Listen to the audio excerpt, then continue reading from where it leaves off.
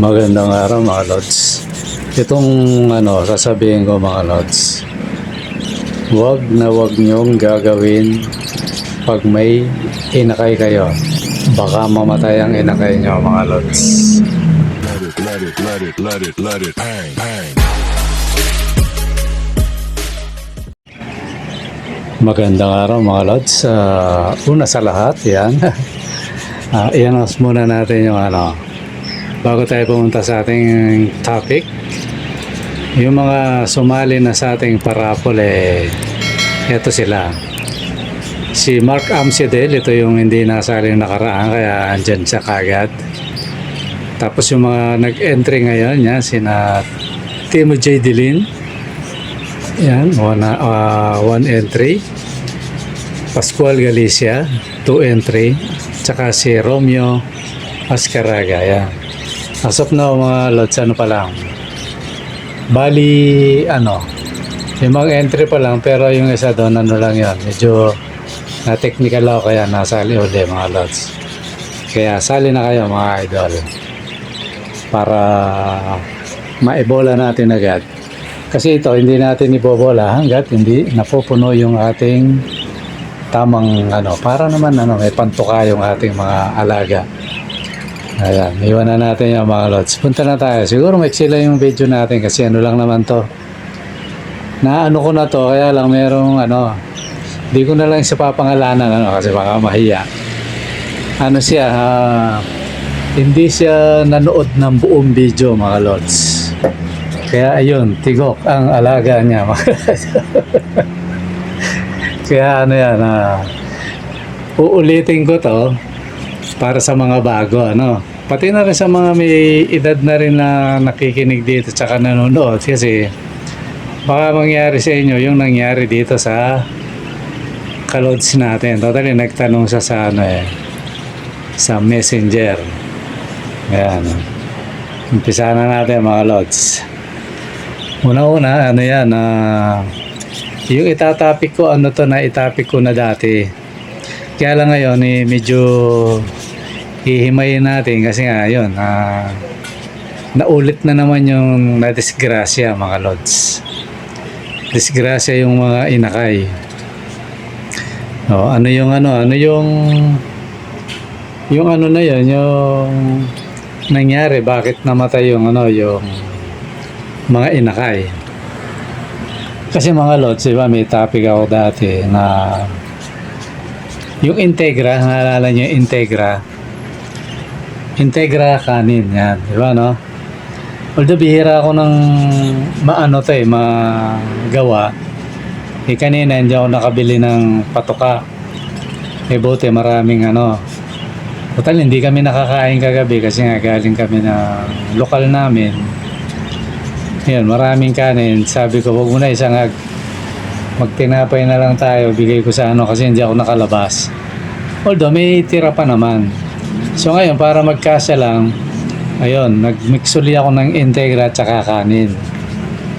Di ba, paalala na rin to sa mga yun nga, yung natigok yung niya, yung mga inakay niya, mga lods, lalo na pag bata pa. Di bali kung kung inakay nasa baba na, nakakababa na o kaya malaki na, yun talagang halos malapit na bumaba, yun siguro pwede na, pero hanggat maaari wag, di ba, kasi ako never kong sinubok to na may inakay, pinakain ko ng Integra kanin.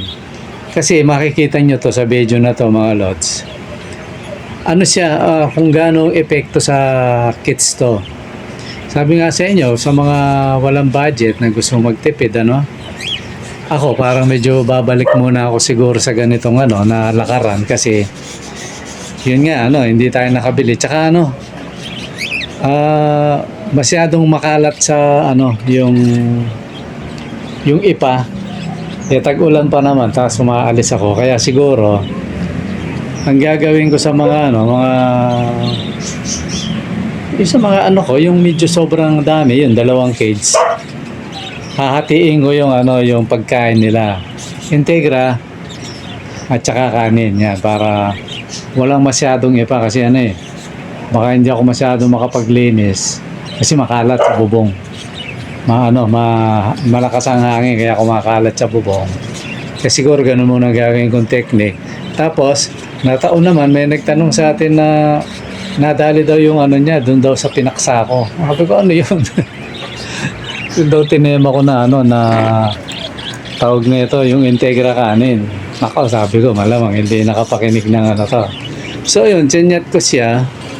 Sabi ko, siguro hindi mo pinanood maigi yun. Sabi ko, kaya ngayon, uulitin natin tong video na to mga lods. So yung topic na yon para sa mga baka may magkamali na naman. Eto yun mga lods. Na tayo. Ganito yun mga lods. Yung kasing ako, sa obserbasyon ko to, dahil nung mga panahon na kinakapos tayo ng talagang totally, wala pang bumibili nun ng kits. Yun, talagang nagtipid ako. Halos alternate talaga yun, Integra kanin, ganun lang Although, hindi naman masama yun, kasi sa India nga, wala kang Integra, puro kanin eh. Pwede naman yun, kaya lang baka magtai yung, pag hindi sanay yung ibon nyo. Ngayon, ang itatopic natin, ito yon mga lods, yung dati na.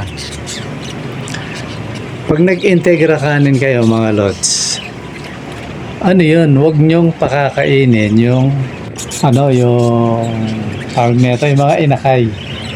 Bawa, yung breeder mo merong mga, may mga inakay. Huwag nyong pakakainin yan. O lalagyan ng Integra at saka kanin. Lalo na kung bagong pisa pa lang. Baka mamatay ito. Ilang beses na to. Ilan na ba yung namatayan ng inakay na ganito. Hindi ko lang binobroadcast kaya lang. Dumadami. Kasi nagkakamali sila ng pakinig. Kaya importante talaga pag yung topic ganyan. Hanggat maaari, tapusin nyo kasi pag hindi nyo tinapos, magkakamali kayo ng parang doktor lang yan mga lods. Diba nag-describe yung doktor. Ngayon nakinig ka, hindi mo tinapos, may possible madisgrasya yung pasyente pag ikaw yung gumawa. Diba dapat yun, tinatapos yun mga lods kasi yun, kagaya nito, may nadisgrasya na mga inakay. Lumobo daw yung butsi. Siyempre, lolobo talaga yun kasi kanin nga yun mga lods, sa carbohydrate yun. Diba yung pansit yan, ganun din yan, carbohydrate din yan Diba pag kumain tayo ng kanin, kaya nga matagal ang busog niya kasi lumolobo yan pinakain mo yung inakay, mamamatay talaga yan, possible depende sa edad. Pero medyo malaki na, hindi na yan kaya lang, hindi ko ina-advise mga lods. Diba antayin mo na matutong kumain yung bago mo pakainin ng kanin. O kung wala kang budget.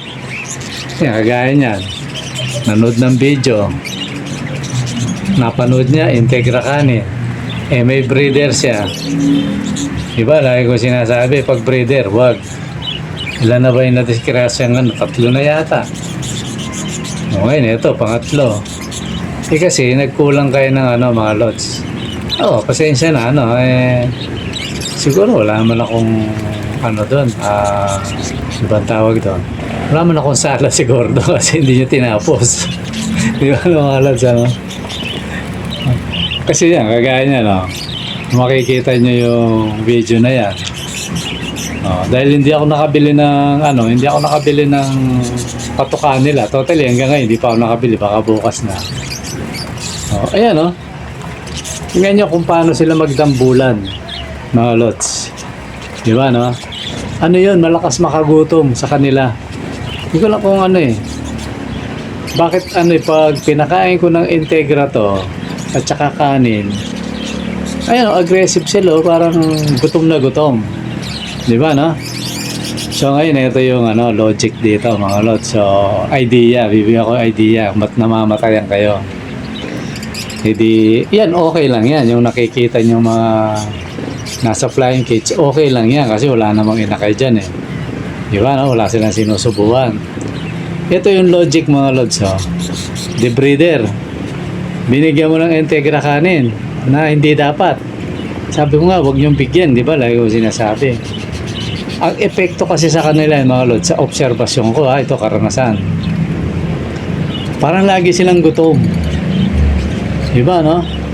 Laging gutom. Siyempre, feeling niya, gutom din yung mga inaka niya. Susubuan yan, mga lods. Di ba, no? Doon sa breeder, walang effect yun. Kasi may edad na yun. Pero sa inakay, mga lods, kasi hindi naman malakas ang panunaw pa ng mga yan, lolobo yun. Unang-una, pag sinubuan na kasi yung mga yan, may lumulobo na yun kasi kanin yan. Tapos may susubuan na naman kasi nakakaramdam ng gutom yung breeder. Ikukuha na naman, tapos maalala niya inakay niya, susubuan niya kasi trabaho ng breeder eh. So, subo yan hanggang maghapon na hindi pa gumagabi. Subo yan, mga lods. Kasi mismong patis yan nakakaramdam ng gutom. Siyempre, kung siya nakaramdam ng gutom, iisipin niya, pati mainaka niya, gutom. Siyempre, ngalang lang nga yung na yan. Ayun. So, aasahan natin? Pag lumobo yan, ayan na. Baka umabot hanggang baga o sobrang busog, hindi na makahinga o impacho yan. Maraming cause na mangyayari. Kaya pag maliit pa yan, mamatay talaga yan, mga lods. Kaya yun, general na lang siguro speak.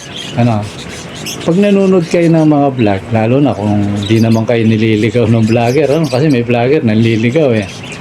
Lalo na sa panahon, naglipa na kasi nungalingan sa social media, no? Lalo na sa politika, di ba, no? Kagaya ko, yung, di ba, yung tutorial na, yung abot kaya natin na ituro, di ba, no? Yung patungkol sa ibon. Na hindi naman tayo nanliligaw, Ayun, dapat, pakinggan yung mabuti. Kasi pag hindi, yan yung epekto niyan, mga lods. Mamamatay yung yung inakay nyo kasi nagkulang kayo sa pakinig. Di ba, no? Talagang may epekto talaga sa inakay yun. Ngayon sabi nung di ko na lang banggitin, para hindi na lang ma-open. At sana lods, kung nanonood ka ngayon, huwag ka sana ma-open, sasabihin ko. Ganito lang naman yan, mga lods. Pag gaya sa akin, nanonood kayo, ingat kayo sa, di ba, minsan may tema ako na medyo maselan. Ingat, di ba, kasi baka mamaya, imbis na ikabuti ng nyo, sabihin nyo, ay, makakatipid ako. Hindi ka nakatipid, namatayan ka ng ng inakay. Kasi, hindi mo tinapos yung video. Kasi mga lods, yung video natin minsan, hanggang sa huli yan, may binabanggit ako eh. Kaya minsan, hindi mo natapos. O kaya nagkulang ka ng pakinig, ayun. Ang epekto talaga sa, sa inakay, mamamatay. Mga lods. Kasi, nabundat. Di ba, no? Kaya, yun, mga lods, humingi ng pasensya sa'yo, kasi namatayan ka ng Pero naman yun, hindi ko naman kasalanan yun kasi, siguro, hindi mo napakinggang mabuti. Kaya ngayon, ito, inulit ko. Ulitin ko ulit. Wag nyong na bibigyan ng integra at saka kanin ang mga breeder nyo, mga lods. Yan, lolobong mamatay yan. Yan, lagi kong ulitin yan, mga lods, na bawal yun sa may inakay. Pwede yun sa yung pares, wala pa namang sinusubuan. Pwede yun. Okay, yung mga nasa flying cage, yun, pwede yun. Pero pag may sinusubuan na, bawal na yun, mga lods. Kasi lumolobo yan. Hindi pa malakas ang panunaw nung niyan, yung inakay. Mamamatay yan, mga lods. Kaya yun, mga lods, kaya inulit ko lang to na anumang bagay na mali ang pakikinig, kagaya sa pag-ibon natin, kaya yan, kamali ng pakinig. Kinamatay ng tuloy. Diba, no? Nakamamatay. Pag nagkamali ka ng pakinig, nakamamatay, di ba, no? Ganun yan, mga lods. Kaya, ayun, muli, mga lods, ingat tayo. Lalo na ako pag, nakikinig kayo sa akin. Yung mga ganyan, medyo sensitive kasi yan. Dapat ingat tayo mga lods kasi ano yan.